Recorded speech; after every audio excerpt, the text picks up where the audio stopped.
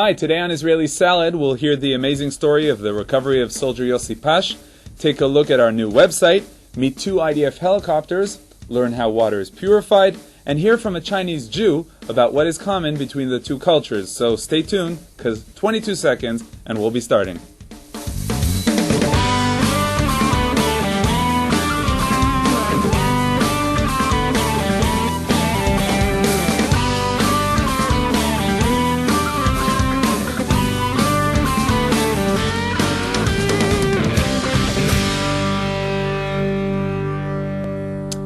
Shalom and welcome to Israeli Salad.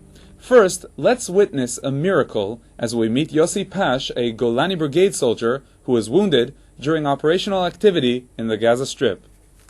On Thursday, August 12th, Yossi Pash was wounded after an Arab sniper shot him near the Philadelphia route during Golani Brigade operational duty. When he arrived at the hospital, the doctors announced that Yossi was in critical condition and that they were working desperately to save his life. I was at work. My brother-in-law called me and told me to come quickly to the office. He said that it wasn't something to do with work. Then they told me Yossi was critically wounded. After a 5-hour surgery, Yossi's condition was stabilized, but the doctors couldn't assure the family if Yossi would be able to talk, hear, or walk on his feet. Family members were requested to be ready for a long and hard process of rehabilitation. As believers in divine providence, the Pash family members turned to God and prayed for Yossi's well-being. As Chabad Hasidim, they looked for a sign in one of the Lubavitcher Rebbe's famous books, Igrot Kodesh.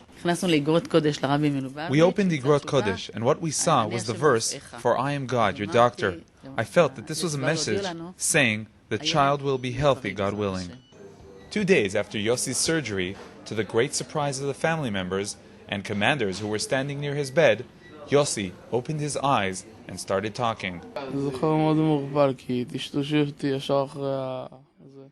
I remember everything vaguely because I was under medications right after the incident. I remember things from Shabbat when I woke up. Yossi's parents believe that together with the doctor's efforts, a miracle occurred. It's a chain of miracles. The power of the bullet was decreased because of Yossi's helmet that slowed down the bullet's momentum. The bullet shattered into shrapnel. If the whole bullet would have penetrated, that would be terrible. Second miracle was the successful and efficient behavior of the medical assistant who was with him.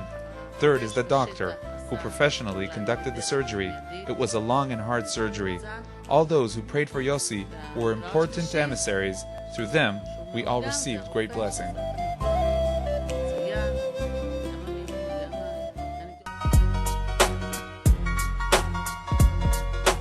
Please send your comments, ideas, and questions to the Israeli Salad email, yoni@israelnn.com, or leave a message on the Israeli Salad voicemail at international dialing code 972-3918-5554. That's 972-3918-5554.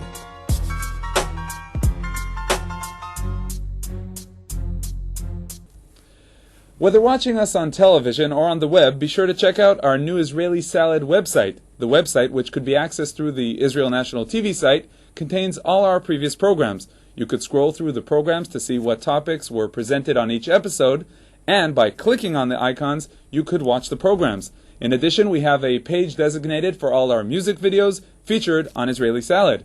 This site is still under construction, and we're planning to include letters from our viewers, some Israel National TV outtakes, and more. To access the site directly, here's the address: www.israelnationaltv.com/salad.htm. One takes our soldiers from place to place and helps people in distress, while the other is a sleek combat machine which makes our enemies tremble. These are the Yanshuf and Cobra helicopters. Here's a look at these choppers and the people who operate them.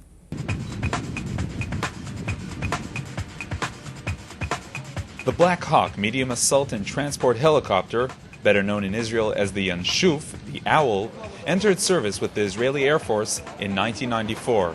The Yanshuf, originally from the U.S., has great maneuvering abilities and very impressive survival abilities. It's considered the optimal helicopter for complex and difficult rescue and transport missions. And, according to Israeli Air Force officials, hundreds of people owe their lives to these helicopters. During the current war against Arab terror in Israel, the helicopters have a significant role. They are the best aircraft to maneuver and operate over populations with hostile elements. Our participation in the battle against terror is primarily in the complex situations where it seems possible to apprehend the suspect without killing him. These kind of operations are carried out by the Yanshuf. Unfortunately, we carry out many evacuations of citizens and soldiers who are wounded in the Intifada. The best way to evacuate these people is with a helicopter because of the urgency and also because of the different isolated locations where we're needed. In many cases, we need to fly a large group of soldiers to many different locations where the army is needed. The Yanshuf helicopters are always on alert, 5 minutes to take off. The first time the Yanshuf helicopters saw wartime was in Operation Grapes of Wrath in 1996. In this operation, IDF forces fought against the Hezbollah terrorist organization in Lebanon. The helicopters successfully carried out a wide range of operations, some at night and in adverse weather. While the Yanshuf apprehends terrorists alive, the Cobra helicopter, that in Israel is also known as the Viper, takes care of terrorists who must be eliminated. Our activity during the past few years of war against terror, which began in October 2000, is focused on attacking terrorist targets. We're also involved in assisting ground operations in the Gaza Strip and in Judea and Samaria. We stay near the forces and assist them when necessary. The Cobra is a twin-seater attack helicopter armed with anti-tank missiles, rocket packs, and a 3-barrel 20mm cannon. The U.S.-made combat helicopter has been serving in the Israeli Air Force for over 20 years. The chopper has been proving its excellence in combat action and terrorist elimination.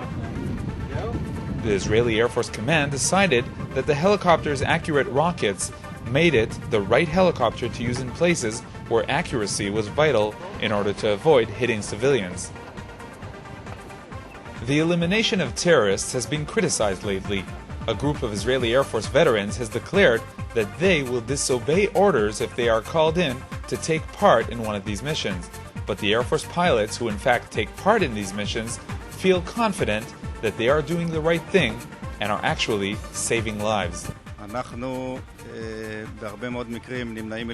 many cases, we refrain from firing when we detect citizens or bystanders that are in the vicinity of the targets. We abort the mission.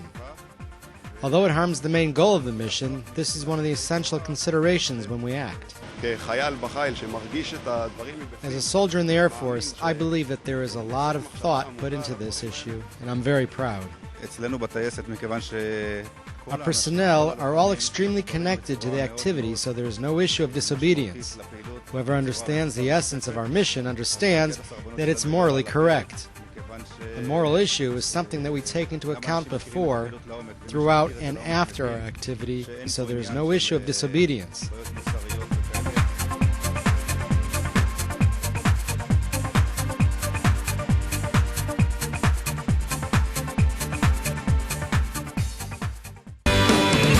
You are watching Israeli Salad on Israel National TV.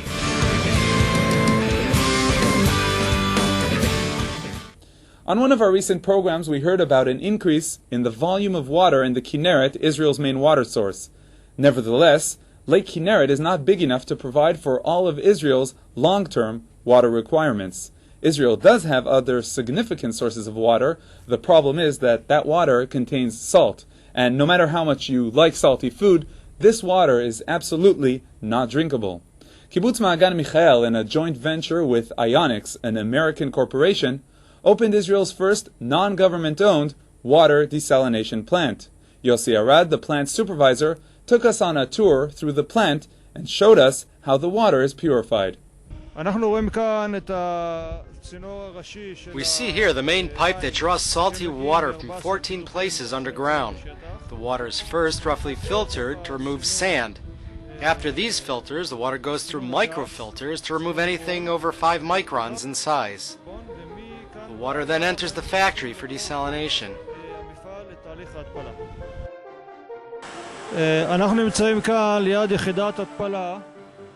We're now next to a desalination unit. Here, the salt water goes through the process of reverse osmosis, which means that these pumps force the water through a membrane that separates the water from the salt. The desalinated water comes through here, and these taps have filtered water. In the process, 80% of the water becomes desalinated, while the remaining 20% is discarded in the nearby fish ponds. We produce 1,100 cubic meters of clean water every hour. After we remove the salt, the water is essentially without any mineral content. From these blue units, chalk and calcium is dissolved to an amount that is appropriate for drinking water. The water goes through intensive tests held by the Health Ministry because we're producing drinking water. We add chlorine to the water according to international standards. At the end of the process, the water goes through tests to see if it fits criteria as drinking water. This is the point where the water is pumped to the main water pipes, through which it reaches the consumer, Israel's water company, Mekorot. The water is tested as it leaves the plant. These pumps are controlled by computers inside the plant. Throughout the process, we can check the quality of the water on our computer monitors located throughout the plant. Here we see a machine that monitors chlorine levels. This one checks the water's purity, and this one checks the pH balance. This machine tests how salty the water is. At every stage of desalination, we know the quality of the water. These monitors help us correct any problems if we see a decrease in water quality. One of the events which took place here in Israel this summer is a big Chinese festival. The festival took place at the Ganei HaTarucha Convention Center in Tel Aviv. Kung Fu artists and acrobats performed martial arts, and colorful exhibits representing Chinese culture were presented. So why are we showing you this on Israeli Salad, the Jewish Life magazine? We visited this event to meet Raphael, who is one of the organizers of the festival. Raphael is a Chinese Jew who immigrated to Israel. We asked Raphael if there's any connection between the Jewish and Chinese cultures. I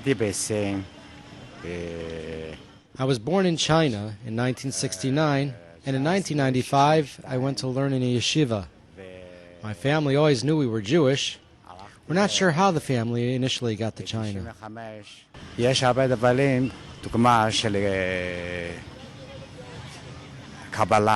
Between the Chinese culture and the Jewish culture, there are many things in common. For example, the Jewish scriptures and Kabbalah.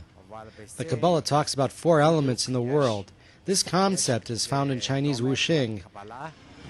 In the Wuxing, there are also elements like in the Kabbalah. This is very interesting how 2 very distant cultures connect to one source. I think that this is connected to one source. I think it all connects to God. Okay, that's all for this week. Rabbi Samson with his Torah Insights will be back with us after summer vacation.